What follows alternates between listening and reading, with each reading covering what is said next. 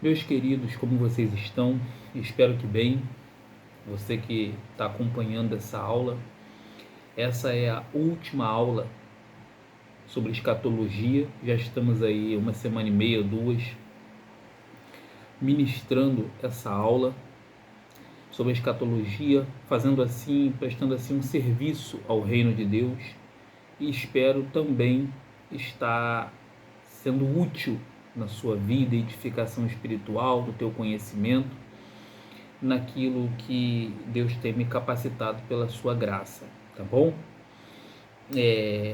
Originalmente, ou comumente, eu posto essa aula ou essas aulas no meu canal do YouTube, e pode ser que você esteja assistindo ela pelo Instagram ou pelo Facebook, mas é importante que você saiba que lá no YouTube você tem acesso a mais aulas, e eu estarei, de acordo com a permissão de Deus, postando cada vez mais aulas, mais lições, compartilhando com vocês lá no YouTube, tá bom?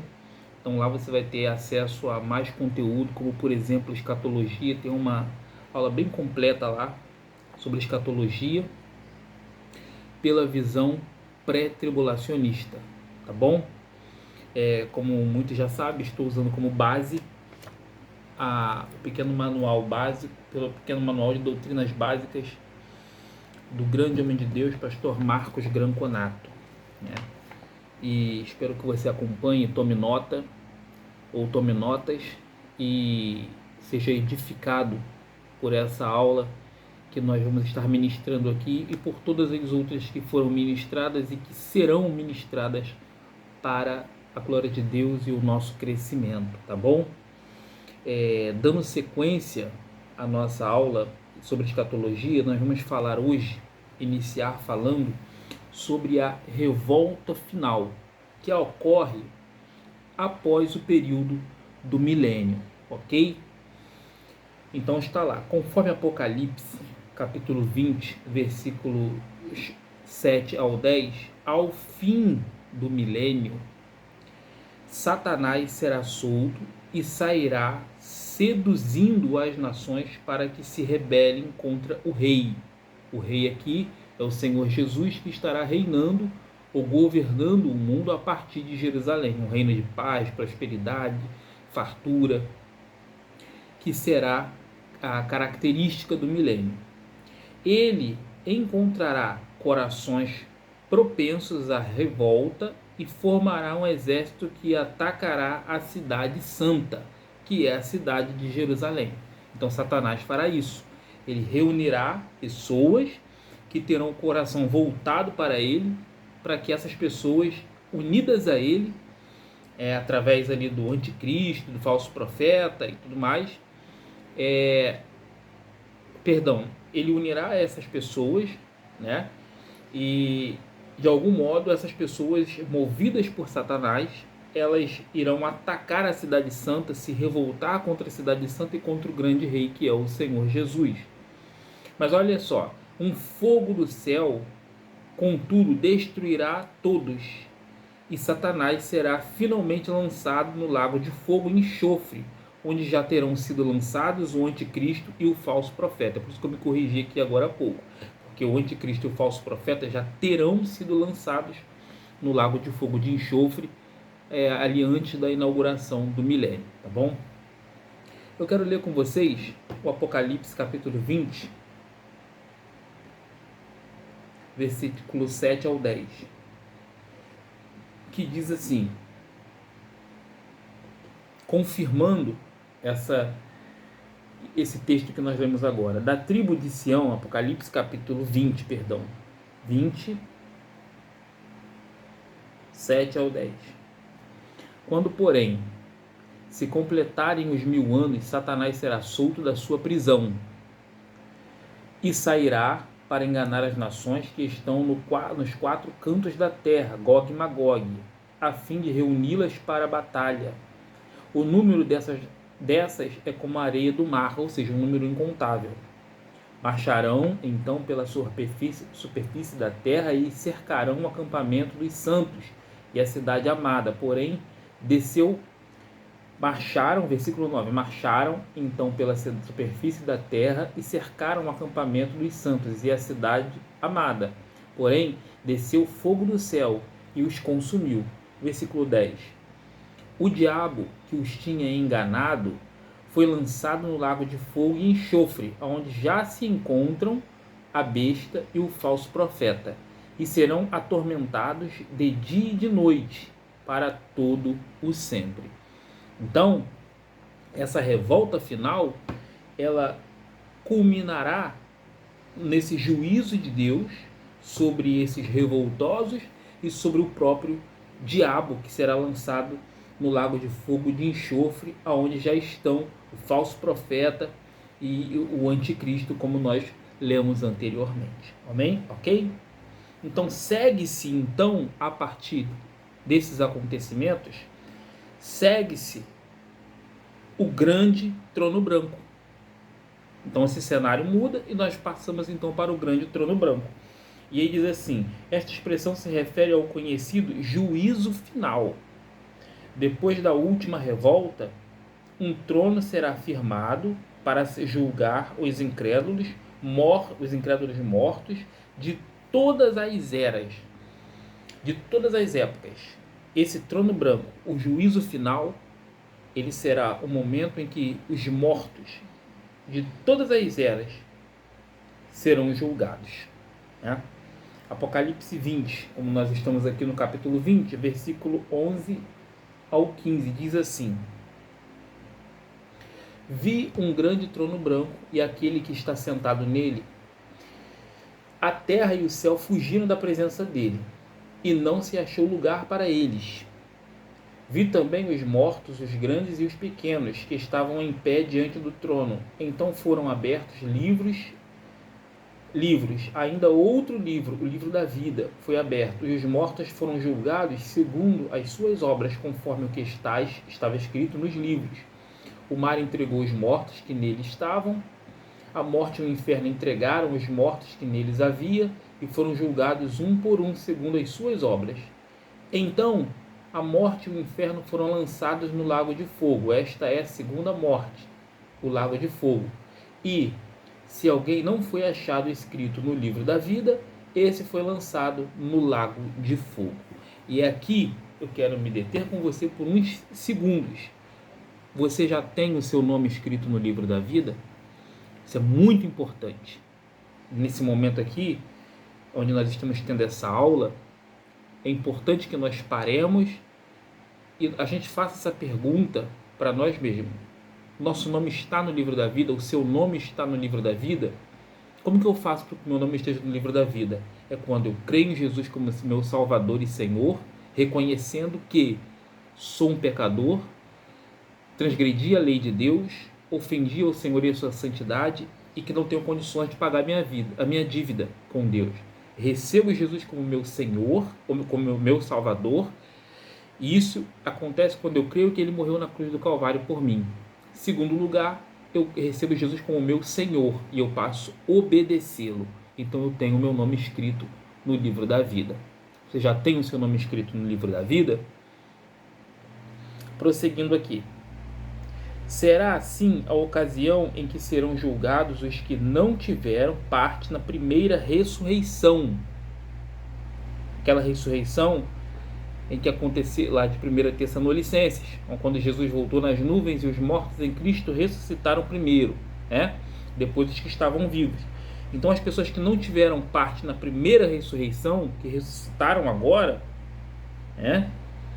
Elas estão diante desse trono branco, do juízo final, né? Será assim a ocasião em que serão julgados os que não tiveram parte na primeira ressurreição. E isso está aqui no versículo 5. Os restantes dos mortos não reviveram até que se completassem os 1000 anos. Esta é a primeira ressurreição. Então os que morreram sem Jesus até o período do milênio, eles não ressuscitaram naquela ocasião. Eles ficaram mortos, permaneceram mortos, aguardando o juízo do grande trono branco, o juízo final. E eles ressuscitam não para perdão, uma segunda chance, purgatório, nada disso. Eles ressuscitam para serem julgados e condenados à perdição eterna ao lago de fogo. Ok? Esses serão julgados e condenados a passar a eternidade no lago de fogo. É bem provável que as pessoas que morreram durante o milênio, salvas ou não, também ressuscitem para o juízo do grande trono branco, já que a Bíblia não aponta nenhuma outra ocasião em que a ressurreição dessas pessoas possa ocorrer. Então fica aí essa possibilidade, né? E aí a gente muda aqui de cenário. Após a revolta final, após o grande trono branco, ou o juízo final, nós partimos para o novo céu e a nova terra, né? Então o juízo final marcará o fim de uma era, pondo termo à presente criação. 2 Pedro 3, 10 ao 13. E nós vamos ler daqui a pouquinho, mas vamos lá. 2 Pedro 3, 10 ao 13. Após a sua realização, haverá novos céus e nova terra, com bênçãos infindas para os salvos e tormento constante para os perdidos. Apocalipse 21, do 1 ao 8. Vamos ler aqui 2 Pedro 3, do 10 ao 13. Júlio, tem que ler todos os versículos mesmo? Amado, estudar teologia é isso.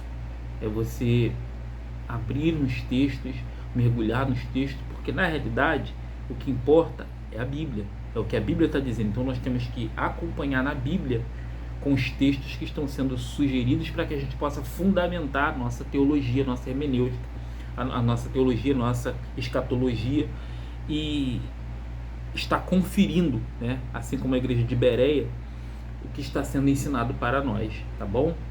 A gente não pode confiar cegamente em livros, em pregadores. A gente precisa, por mais que nós confiemos neles e saibamos que são homens de Deus, a gente precisa conferir com as Escrituras. 2 Pedro 3, 10 ao 13. Porém o dia do Senhor virá como um ladrão. Naquele dia os céus passarão com grande estrondo, e os elementos se desfarão pelo fogo.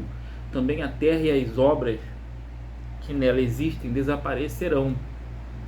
Uma vez que tudo será assim desfeito, vocês devem ser pessoas que vivem de maneira santa e piedosa, esperando e apressando a vinda do dia de Deus. Por causa desse dia, os céus incendiados serão desfeitos e os elementos se derreterão pelo calor. Nós, porém, segundo a promessa de Deus, esperamos novos céus e nova terra, nos quais habita a justiça.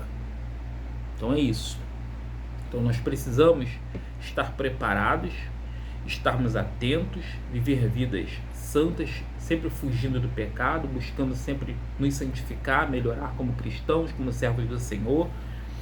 E eu acredito que se você está assistindo essa aula agora, você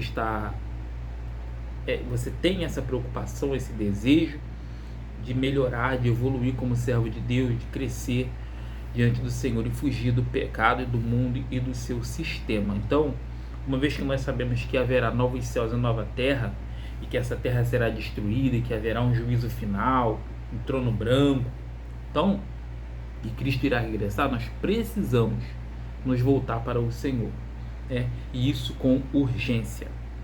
Como eu li aqui, relendo para vocês, após sua realização, né, após ter sido passado pelo juízo final, e aonde o fim dessa era que vivemos será posto a fim, né? Essa criação que existe agora, ela terá um fim e será colocado em vigor uma nova criação, uma nova era. Após a sua realização, haverá novos céus e nova terra, com bênçãos infindas para os salvos e tormento constante para os perdidos. Apocalipse 21. Pertinho de 2 Pedro aí. Então você voltar algumas páginas do 1 ao 8. Olha o que diz a palavra de Deus para nós. E vi novo céu e nova terra, pois o primeiro céu e a primeira terra passaram e o mar já não existe. Vi também a cidade santa, a nova Jerusalém, que descia do céu da parte de Deus, preparada como uma noiva, enfeitada para o seu noivo. Então ouvi uma voz forte que vinha do trono e dizia: Eis o tabernáculo de Deus com os seres humanos. Deus habitará com eles, eles serão povos de Deus, e Deus mesmo estará com eles e será o Deus deles. Ele lhes enxugará dos olhos toda lágrima, e já não existirá mais morte, já não haverá luto, nem pranto, nem dor, porque as primeiras coisas passaram. Essa será a realidade do novo céu e da nova terra. Essa será a realidade da nova era que nós viveremos a partir do retorno do Senhor Jesus depois do milênio. Bom, então é importante que nós estejamos preparados para que nós venhamos viver isso. Aquele que estava sentado no trono disse: Eis que faço novas todas as coisas. E acrescentou: Escreva, porque estas palavras são fiéis e verdadeiras. Disse-me ainda: Tudo está feito, eu sou o Alfa e o Ômega, o princípio e o fim. Eu, a quem tem sede, darei de graça da fonte da água da vida. O vencedor herdará estas coisas, e eu serei o Deus dele, e ele será o meu filho. Quanto, porém, aos covardes, olha o versículo 8. Aos incrédulos, aos abomináveis, aos assassinos, aos imorais, aos feiticeiros, aos idólatras e a todos os mentirosos, a parte que lhes cabe será no lago que arde ou que está queimando com fogo e enxofre, a saber, a segunda morte. Então o lugar dessas pessoas aqui, os covardes, os incrédulos, os abomináveis, os assassinos, os imorais, os feiticeiros, os idólatras, todos os mentirosos, a parte que lhes cabe será no lago que arde, que está queimando com fogo e enxofre, a saber, a segunda morte. Então você percebe que a Bíblia, ela não tem como propósito amaciar para ninguém, Ela não tem intenção de ser um livrinho fofo para ninguém. Ela está dizendo que essas pessoas que praticam, que têm essas práticas, atitudes covardes, os incrédulos, aqueles que dizem que não existe Deus, que Deus não existe, que a palavra de Deus é mentira, não é verdadeira, que o evangelho não é verdade, que pastor é mentiroso, ladrão, esses incrédulos, abomináveis, pessoas ruins, pessoas maldosas que destroem a vida das outras pessoas, que acabam com famílias, cidades inteiras, sabe? Pessoas que assassinam as outras, tiram vidas de pessoas de modo covarde, pessoas que roubam as pessoas, destroem, às vezes a pessoa destrói a empresa das outras pessoas, a reputação das outras pessoas, pessoas abomináveis, assassinos, imorais, enfim, toda essa lista de pessoas, feiticeiros, pessoas que se envolvem com religião entre aspas, que invocam espíritos demoníacos, que tenta destruir a vida das pessoas por meio de feitiços, de magias, de bruxarias e coisas do tipo. Todas essas pessoas, segundo a Bíblia, elas serão lançadas, a parte delas é no lago que arde com fogo e enxofre. Isso é dito pela Bíblia, pela palavra de Deus. Eu não gosto de ouvir isso, eu não acredito, não concordo com isso. É a palavra de Deus. A palavra de Deus, sabe? Então, para você que se diz ateu, a Bíblia diz que os incrédulos serão lançados no lago de fogo e enxofre. Muita gente diz assim: eu sou ateu. Por que você é ateu? Porque eu não acredito em Deus. Eu não posso ver Deus, eu não estou vendo, então logo não existe. Deixa eu te fazer uma pergunta. Quando o tempo está nublado e o sol não está aparecendo, tem nuvens no céu, o tempo está fechado, está preto, você tem coragem de dizer que o sol não existe só porque você não está vendo ele? É lógico que não. Ele não existe. Ou melhor, ele não está sendo visto. Mas ele está lá em cima. E nós sabemos que ele está lá em cima. Nós podemos sentir a claridade que faz o dia ser dia, está lá em cima, sendo coberto pelas nuvens negras que estão impedindo que seja visto o sol, mas ele está lá. A mesma coisa acontece com o nosso Deus. Não é porque você não pode ver Deus que ele não existe. O fato de você não dizer que não acredita em Deus também não faz com que ele não exista. Crendo você ou não, um dia o Senhor Jesus vai voltar para buscar a sua igreja e para julgar você. Você estará diante do grande trono branco. Você estará lá para o juízo final. Naquele dia não vai ter ninguém do teu lado, não vai ter seu pai, sua mãe, seu irmão, seus funcionários, seu patrão, seu colega, seu político de preferência. Não, vai ser só você e Jesus. Só você e Deus. Só você e o Senhor vão estar lá, frente a frente um com o outro. E porque você não creu, será tarde demais. Você será lançado num lago de fogo e de enxofre. Então faça isso agora. Crê em Cristo, busque o Senhor, arrependa-se dos seus pecados antes que seja tarde demais. Muito bem, chegando aqui ao fim com o juízo final, né, e com o novo céu e a nova terra, nós vamos concluir, né, trazendo aqui algumas posições escatológicas distintas, tá ok? Para o nosso conhecimento e entendimento, para que a gente saiba que existem outras posições escatológicas que são distintas. Algumas delas são absurdas, mas elas existem. É importante a gente saber pelo menos um pouquinho sobre elas. Eu quero compartilhar com vocês aqui. No meio evangélico existem pastores sérios e zelosos que acolhem posições escatológicas diferentes da exposta neste livro, pré-milenismo, pré-tribulacionista, né? Ou seja, a posição defendida por esse livro é a posição pré-milenista, pré-tribulacionista ou dispensacionalista, como queira. Agora, as principais posições escatológicas, elas são as seguintes. Eu vou estar lendo para vocês aqui. Vou tentar porque a letra é bem pequenininha. Existe a posição do amilenismo, a posição escatológica do amilenismo, que ela se originou a partir do século IV, a posição do amilenismo. No conceito, deixa eu ver se eu consigo ler aqui, gente. Espera aí, só um minutinho. Eu acho que eu vou conseguir ler para vocês. A letra é bem pequenininha. Vamos lá. Então, nós temos posições escatológicas diferentes da posição dispensacionalista ou pré-tribulacionista que nós acabamos de ministrar agora. Então, existe primeiro a posição do amilenismo, originada a partir do século IV. Então, essa visão, ela não aceita o futuro estabelecimento de um reino de 1000 anos literais. Ela não aceita. Para os amilenistas, o milênio é o período entre a ascensão de Cristo e a sua segunda vinda, tempo em que o Senhor reina no céu. Ou seja, para o amilenista, o milênio está acontecendo agora. Esse reino de Cristo está acontecendo agora. Essa é a visão amilenista. Não é a nossa visão.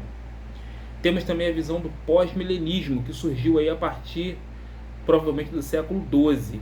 Ensina que o avanço da ciência e do evangelho inaugurará uma era de paz e prosperidade no futuro, ou seja, no milênio. Quando esse cenário novo e desejável estiver pronto, ocorrerá a segunda vinda de Cristo, coroando esse tempo de glória e iniciando o estado eterno. Então, essa é a visão do pós-milenismo. Temos também o pré-milenismo histórico, a partir do século II. Ele surge, que defende que o arrebatamento e a volta de Cristo foram um único evento, ou formam um único evento, depois do qual será imediatamente estabelecido um reino de 1000 anos literais de paz e justiça. Aí nós temos também o pós-tribulacionismo, que tem suas origens também a partir do século II. Ele afirma que a igreja permanecerá na terra até a segunda vinda de Cristo, ficando sujeita às aflições do tempo do anticristo e sendo arrebatada somente quando o Senhor voltar, a fim de encontrá-los nos ares. Então, nós temos essas visões aí, tá? E nós temos ainda algumas outras aqui, pelo menos mais duas, que é o mid-tribulacionismo ou mesotribulacionismo, a partir do século 20.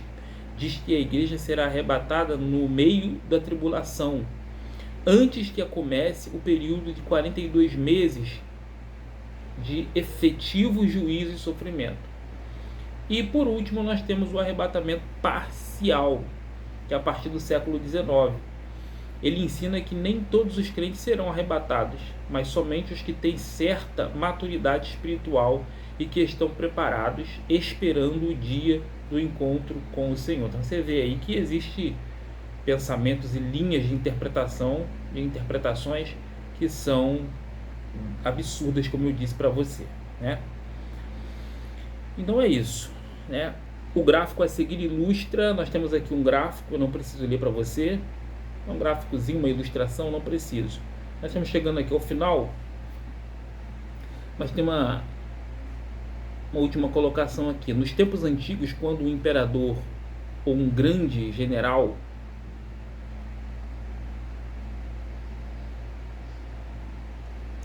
chegava numa cidade, né, nos tempos antigos, quando um imperador, um grande general chegava numa cidade, seus habitantes saíam ao seu encontro para recepcioná-lo a certa distância. Isso acontecia naquele tempo, próximo dos muros. Depois todos entravam juntos novamente na cidade.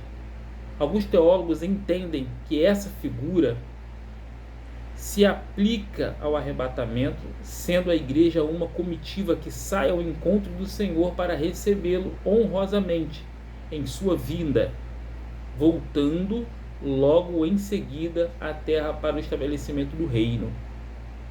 Essa concepção, porém, esbarra em Mateus 25, né, que tem lá aquela ilustração das 10 virgens, né, das noivas.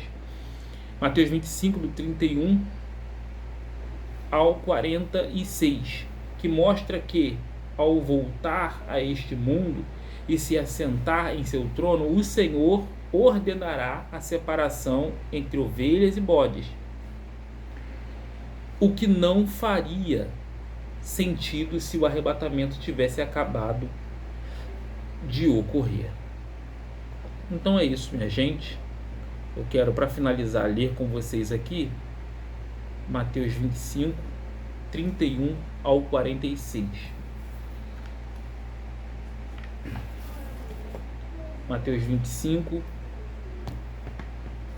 procura na sua Bíblia, procura aqui também na minha, Evangelho de Mateus 25. Muito embora o texto que vamos ler não é sobre esse, Mateus 25 é onde está a parábola das 10 virgens. Tá bom? 25, 31 ao 46.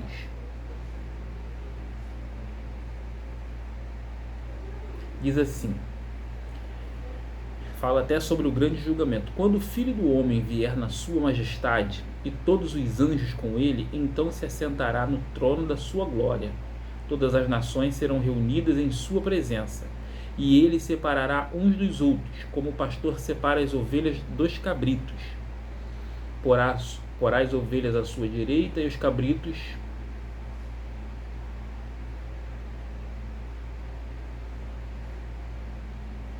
só um minutinho.